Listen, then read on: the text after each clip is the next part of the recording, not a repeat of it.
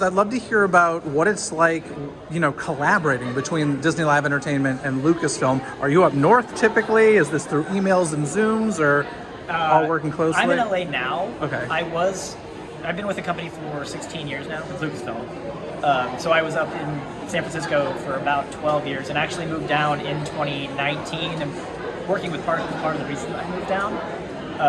Because I'm so involved with Imagineering, and we had some pretty big projects going on in 2019, so it was just a lot easier to do that in person.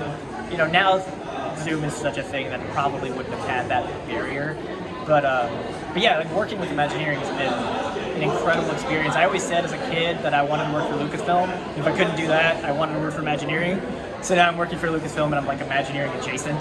Basically working with them. So yeah, it's great. So I work with them on pretty much every Star Wars project that comes to the parks in some capacity. WDI, or Walt Disney Imagineering, obviously is the lead. They're the experts on this, but myself and my team are there to help kind of add the Star Wars authenticity and kind of lore checks and things like that. Very cool. And of course, the Star Wars universe is huge. There's so many characters and locations and everything to choose from. How is that decision made? Like, which new characters are brought to Galaxy's Edge? Which new destinations we're going to in Star Tours? Yeah, I'll talk about the character piece of it. When we get to, really for me, getting to meet different characters is so crucial to the experience when you're in Galaxy's Edge. And really what I want is for guests to encounter characters that they have connection to, whether it's something from a recent series or whether it's something from a few years ago. And really as we start charting out what are popular characters, what are characters we know people need to see. Sabine came about really because we had a long conversation about we knew we could find some new character in Season of the Force. Who was that character that was so important to us that we knew the fans would also feel that importance and would feel very special to deliver them to them during this limited time offer. And is timeline still like a big thing when it comes to bringing in characters for Galaxy's Edge? We continue to look at Galaxy's Edge as an evolving world, if you will. And as Matt was saying earlier, there's a ton of stories to tell, right? The two's been here for thousands of years. There's a lot of stories.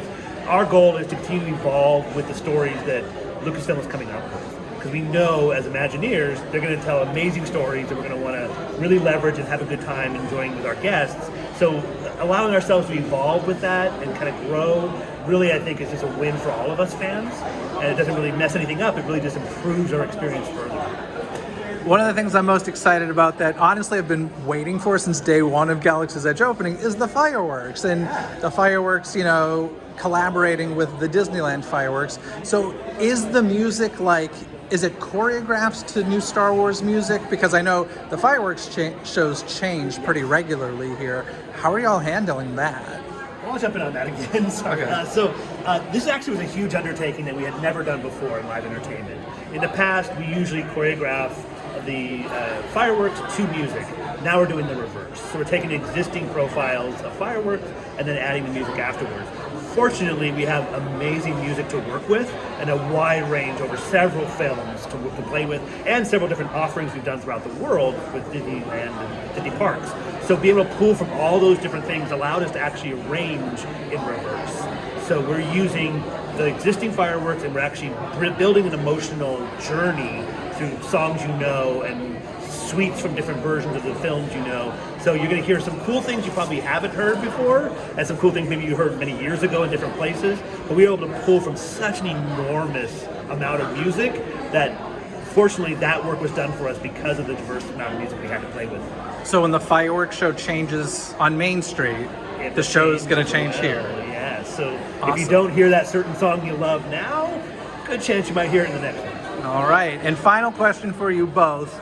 We've gone to a lot of places in Star Tours, but if there were a destination or a character that hasn't been part of it that you could throw in there with your magic wand, what destination and or character would you choose?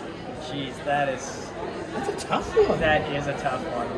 Mostly because you've hit a lot of locations. Yeah, we've hit all. I'm trying to think what we probably And I'm like, weird, obscure thing do I personally love that we will never ever do?